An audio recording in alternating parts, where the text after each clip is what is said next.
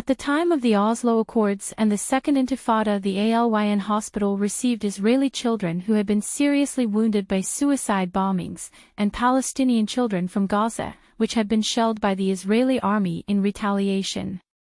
The severity of their injuries and the will to live were our common denominators.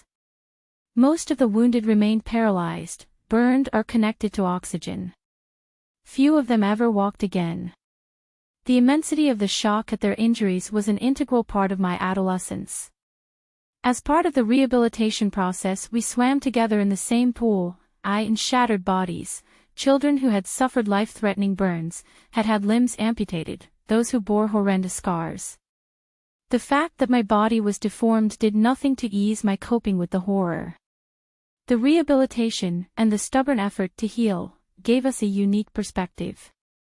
Arguments about territories and control, religion and national definition, became a repulsive stupidity in our eyes. Human history is saturated with murder and other atrocities committed by evil people who took God's name in vain. Many of my friends felt it on their own bodies.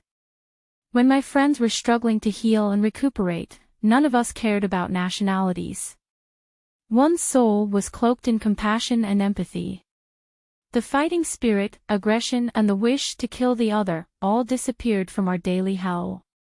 Children from an enemy nation, whose physical and emotional wounds were treated by daughters of my nation, can no longer see these daughters of my nation as bitter enemies who must be annihilated. Our destinies brought us together, to a dialogue on the value of life, with a twist. The wounds of all involved, on both sides, healed in the presence of children of another bleeding nation. The true Oslo Accords were established there, in ALYN.